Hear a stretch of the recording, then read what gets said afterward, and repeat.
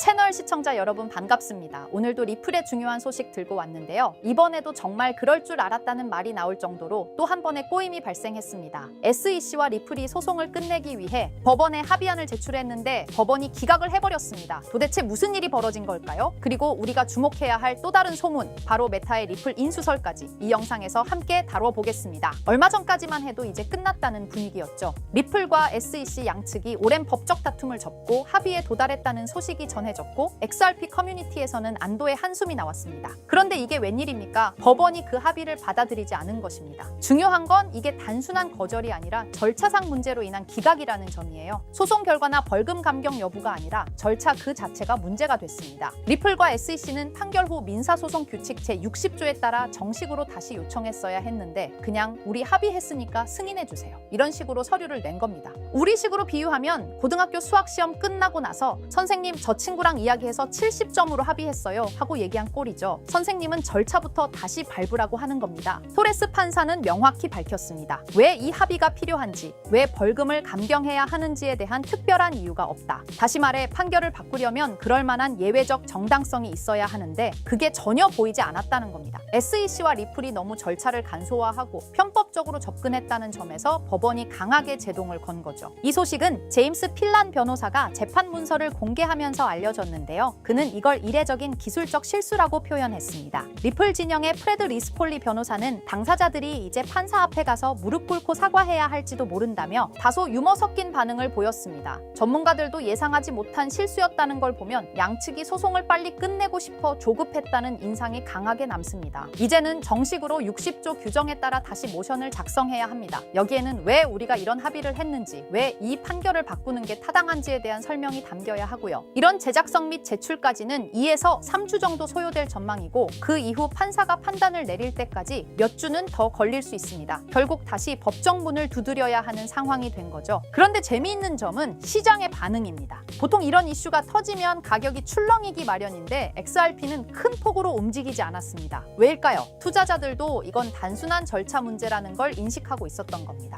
합의 내용 자체가 부정된 건 아니라는 점, 그리고 향후 재합의 가능성이 남아있다는 점에서 심리적으로 흔들리지 않았다고 볼 수 있습니다. 더불어 중요한 포인트가 있죠. 토레스 판사는 이미 XRP의 공개시장 판매는 증권이 아니다라는 판결을 내린 바 있고 SEC 역시 이 부분에 대해 더는 이의를 제기하지 않고 있습니다. 즉 XRP는 미국 내에서 규제 리스크를 상당 부분 해소했고 이번 문제는 합의 방식만 다시 조정하면 되는 문제라는 거죠. 굵직한 싸움은 이미 이긴 셈입니다. 이런 가운데 또 하나의 흥미로운 이야기가 떠올랐습니다. 바로 메타가 리플을 인수할 수도 있다는 소문입니다. 크립토 타임즈에 따르면 XRP 라스베이거스 이벤트 디렉터 브래들리 카임스가 해당 언급을 하면서 분위기를 달궜죠. 그는 지금은 이런 특이한 일들이 일어날 수 있는 시점이라며 리플이나 메타 모두 전략적 판단이 필요한 시기라는 점을 강조했습니다. 메타는 이미 DM 프로젝트 실패 후 스테이블 코인에서 한 발 물러선 상태였지만 최근 다시 국경 간 결제, 스테이블 코인 분야에 관심을 보이고 있다는 분석이 있습니다. 리플의 주력 사업이 바로 이 분야죠. 그리고 리플은 RLUSD라는 스테이블 코인도 추진 중이니 XRP와 RLUSD 둘 다 메타와 시너지가 크다는 의견이 나옵니다. 만약 인수가 현실화된다면 단순한 코인 가격 이슈가 아니라 블록체인 결제 시장의 게임 체인저 등장이라고 봐야겠죠. 물론 지금 단계에서 메타의 인수는 확정된 것이 전혀 아닙니다. 하지만 이 이야기가 나왔다는 것 자체가 리플이 얼마나 전략적 가치가 높은 기업인지를 보여주는 사례입니다. 업계 전반이 다시 M&A 중심의 변화 국면으로 접어들 수 있고 그 중심에 리플이 있다면 XRP의 중장기 전망은 매우 밝다고 볼 수 있습니다. 자, 그렇다면 결국 리플이 궁극적으로 추구하고 있는 게 뭘까요? 바로 실물자산 토큰화, RWA입니다.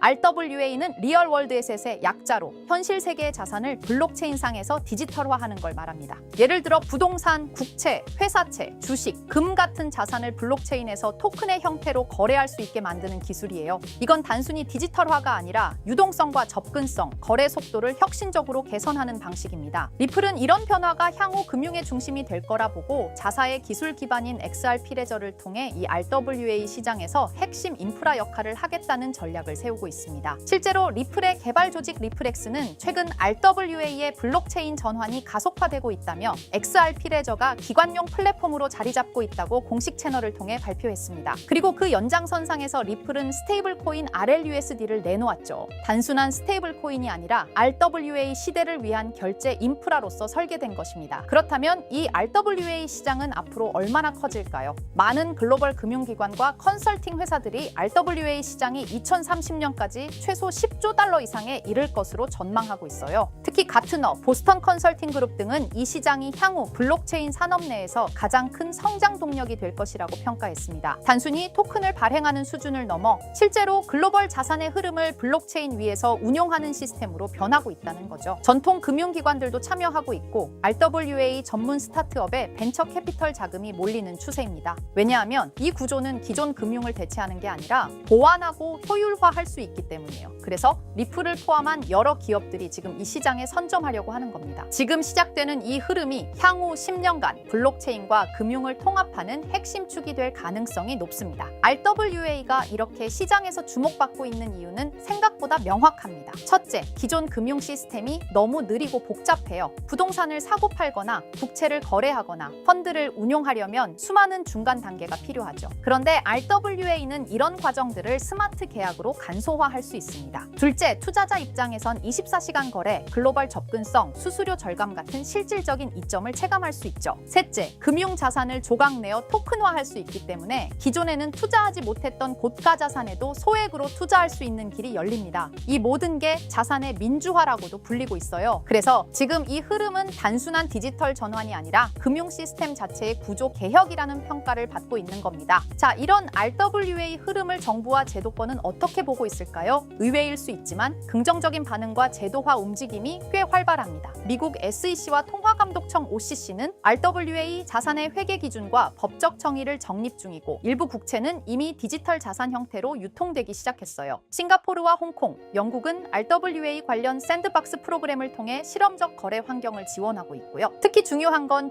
중앙은행들조차 이 시장을 탐색 중이라는 점입니다. CBDC와 RWA를 연계하는 테스트가 실제로 진행되고 있어요. 이는 곧 블록체인 기술이 법정화폐, 정부 자산, 공공채권까지 연결되는 구조로 진화하고 있다는 걸 뜻합니다. RWA는 단순히 민간의 시도에 그치지 않고 국가와 제도권이 인정하는 기술 인프라로 성장 중입니다. 이론만이 아니라 실제로 미국 국채가 블록체인에 올라간 사례도 있습니다. 바로 리플의 XRP 레저를 통해 진행된 건데요. 미국 재무부가 발행한 국채를 실물자산으로 삼아 이를 토큰화한 구조가 구현된 겁니다. 이걸 통해 기관 투자자들은 XRP 레저 위에서 미국 국채를 보유, 거래, 유통할 수 있게 되었어요. 이건 굉장히 중요한 시사점을 줍니다. 왜냐하면 세계에서 가장 안정적인 자산으로 평가받는 미국 국채조차 블록체인 기반으로 옮겨졌다는 건 기술의 신뢰성과 법적 기반이 이미 어느 정도 충족되었다는 뜻이거든요. 리플은 XRP 레저를 통해 국채 같은 고신뢰 자산의 디지털 거래 인프라를 제공하면서 RWA 시장에서 자신들의 역할을 구체적으로 증명하고 있는 셈입니다.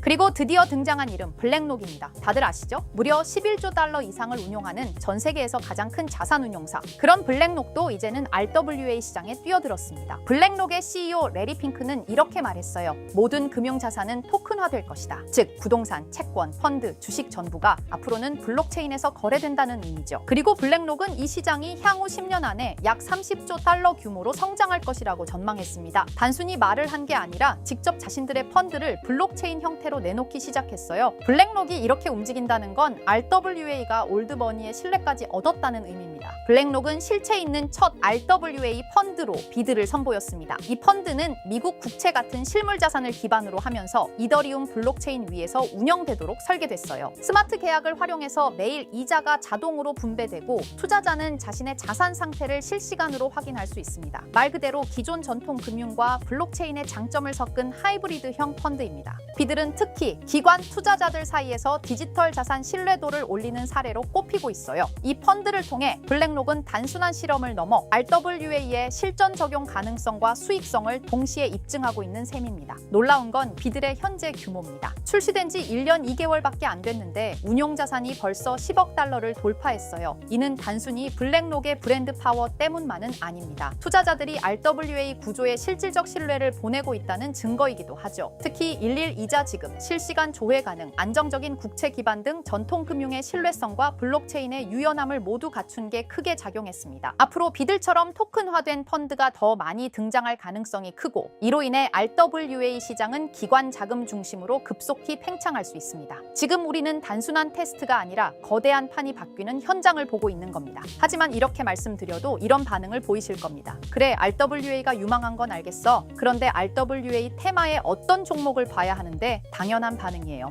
이미 RWA 섹터 안에는 수많은 프로젝트와 토큰이 있고 기술력, 파트너십, 실제 운용 자산 규모 등 종목별로 차이가 꽤 크거든요. 단순히 이름만 들어봤다고 투자할 순 없고 실제로 RWA 생태계에서 실행력 있는 프로젝트를 보는 안목이 필요합니다. 그런데 이런 분석은 쉽지 않죠. 지금 이 순간에도 여러 프로젝트가 제휴 발표를 하거나 블록체인 기반으로 실물 자산을 올리고 있고 그 흐름을 실시간으로 파악하긴 어렵습니다. 그래서 제가 지금까지 영상을 시청해주고 계시는 구독자 여러분을 위해 준비한 게 있습니다. 바로 블랙록이 아직 공개하지 않은 포트폴리오, 그 안에 들어있는 RWA 섹터의 핵심 종목을 공유해 드리려 합니다. 이 종목들은 단순히 가능성이 아니라 실제로 블랙록 및 기관 투자자들의 자금 흐름과 맞물려 있는 프로젝트들입니다. 그런데 제가 이 정보를 어떻게 알게 되었냐고요? 사실 해외에서 활동 중인 펀드 매니저와 개인적인 친분이 있는데요. 그분이 업계에서 꽤 영향력 있는 사람인데 최근 블랙록이 주요 고객을 초대한 비공개 회의에 참석했다고 합니다. 블랙록은 아주 간혹 제한된 고객을 대상으로 향후 투자 전략이나 특정 섹터에 대한 포트폴리오를 비공식적으로 공유하는 자리를 마련합니다. 이번 회의도 그런 자리 중 하나였고 그 안에서 블랙록이 RWA 섹터 관련 포트폴리오 일부를 고객들에게 소개했다고 합니다. 덕분에 저도 이 내용을 간접적으로 들을 수 있었고요. 그 내용을 바탕으로 여러분께 아직 시장에 널리 알려지지 않은 핵심 RWA 종목을 소개해 드릴 수 있게 되었습니다. 자, 바로 이 종목인데요. 블랙록의 포트폴리오에 적혀있던 내용에 따르면 예상 수익률이 무려 1200% 이상이었고요. 이 종목은 유럽계 은행과 실물 자산을 연결하는 토큰화 인프라를 제공하는 프로젝트입니다. 구체적으로는 부동산, 국채, 에너지 크레딧을 블록체인 기반으로 전환하는 기술을 가지고 있어요. 특히 지난해 스위스 정부와 파일럿 테스트 계약을 맺었다는 점에서 기관 신뢰도가 굉장히 높았습니다. 그리고 현재는 미국 내 RWA 법률 규정에 맞춰 토큰 발행 플랫폼을 구축 중이에요. 무엇보다 블랙록이 중장기 포트폴리오의 핵심 비중으로 담았다는 점, 이게 핵심입니다. 제가 해당 종목을 영상에서 바로 공개해드리고 싶지만 이걸 영상에서 공개해버리면 유튜브 가이드라인에 있는 자본시장법을 위반하기 때문에 코인 정보를 부득이하게 가려놓은 점 양해 부탁드립니다. 그래서 종목을 공유받고 싶으신 분들은 지금 화면 상단에 보이는 제 개인 번호 010-2374-4693 이 번호로 정보라고 문자 남겨주세요. 정보라고 문자 남겨주셔야 제가 제 채널 시청자분이신 걸 확인하고 종목을 공유해드리니까요. 꼭 정보라고 문자 남겨주세요. 당연히 종목 드리면서 어떠한 금전 요구도 드리지 않습니다. 여러분은 정보료라 생각하시고 구독과 좋아요만 눌러주셔도 제게 큰 힘이 됩니다. 블랙록은 이 종목의 예상 수익률을 1200% 이상으로 바라봤었는데 그래도 혹시 모르니 큰 욕심은 내지 말고 일상생활에 지장 없을 정도의 소액으로만 담아보자고요. 1000%만 상승해도 100만 원으로 1000만 원을 만들 수 있는 수익이에요. 만족 못하실 수익은 아니잖아요. 저는 항상 여러분들이 안전하게 투자하셔서 높은 수익을 보셨으면 하는 바람입니다. 문자 주신 분들은 앞으로도 제가 유망한 종목이 있으면 바로바로 공유해 드릴 거니까 천천히 꾸준하게 같이 수익 챙겨보자고요. 자, 오늘 제가 준비한 영상은 여기까지입니다. 다음 영상에는 더 알찬 영상으로 찾아뵙겠습니다. 오늘도 시청해 주셔서 정말 감사합니다.